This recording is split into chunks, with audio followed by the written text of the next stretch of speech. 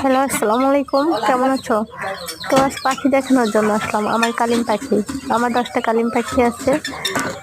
ওরা অনেকগুলো ডিম পাড়ছে এবং বাচ্চাও ফুটেছে। এগুলো আমার পাশে নাই অবশ্যই, ওগুলো রোদ্রে দিয়ে আসছি। শীতের মানে ঠান্ডা লাগবে বলে রোদ্রে আর কি দিয়ে আসছি। আর এগুলো বড়গুলো একটা খড় টানতেছে, এটাও আর কি কয়েকদিনের ভিতর ডিম পারবে। আর এই যে কয়টা মা পাখি আছে এখানে, একটা বাবু পাখিও আছে।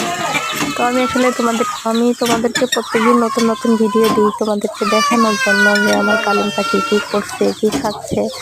তো আমি দেখো গায়ে হাত দিলাম, আমাকে ঠকাইনি কিন্তু বাসার মতো আদার্স অন্য লোকজনদেরকে আর কি ঠকা দেয়।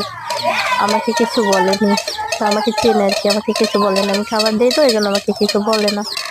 তো তোমাদের নেক্সট ভিডিওতে আরো সুন্দর সুন্দর বাচ্চা দেখাবো, এবং তোমরা আমাকে লাইক শেয়ার কমেন্ট করো বেশি বেশি কিন্তু। তো ভালো থেকো, আসসালামু আলাইকুম।